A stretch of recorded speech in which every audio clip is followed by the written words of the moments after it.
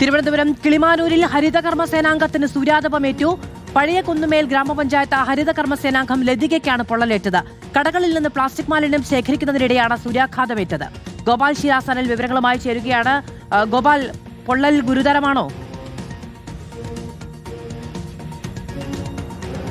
മാധു, അത്യാവശ്യം പ്രശ്നമുള്ള പൊള്ളലാണ് എന്നതാണ് നമുക്കറിയാൻ സാധിക്കുന്നത്. കാരണം നമുക്കറിയുന്നതാണ് ഹരിതകർമ്മ സേനാംഗങ്ങൾ ഈ ശുചീകരണ പ്രവർത്തനങ്ങളുമായി ബന്ധപ്പെട്ട് എല്ലാ സമയവും ഫീൽഡിൽ വർക്ക് ചെയ്യുന്നവരാണ്. അത്തരത്തിൽ കടകളിൽ നിന്ന് മാലിന്യങ്ങൾ ശേഖരിക്കുന്നതിന് വേണ്ടിയുള്ള പ്രവർത്തനം നടത്തുമ്പോഴാണ് ഈ ലതികയ്ക്ക് പൊള്ളലേൽക്കുന്നത്. പഴയകുന്നമ്മൽ ഗ്രാമപഞ്ചായത്തിലെ ഹരിതകർമ്മ സേനാംഗമാണ് 56-കാരിയായ ലതിക. പതിവ് പോലെ തന്നെ രാവിലെ മുതൽക്കേ തന്നെ ശുചീകരണ പ്രവർത്തനങ്ങൾ ഏർപ്പെട്ടിരിക്കുകയായിരുന്നു. തുടർന്ന് കയ്യിലും ഈ പൊള്ളലേറ്റപ്പോൾ കയ്യിലും കഴുത്തിലും കാലിലും ശരീരത്തെ വിവിധ ഭാഗങ്ങളിലും ലതികയ്ക്ക് പൊള്ളലേറ്റിട്ടുണ്ട്. നീറ്റലും പുകച്ചിലും അനുഭവപ്പെട്ടതിനെ തുടർന്ന് പരിശോധിച്ചപ്പോഴാണ് ഇത്തരത്തിൽ പൊള്ളലേറ്റ വിവരം അറിയുന്നത്.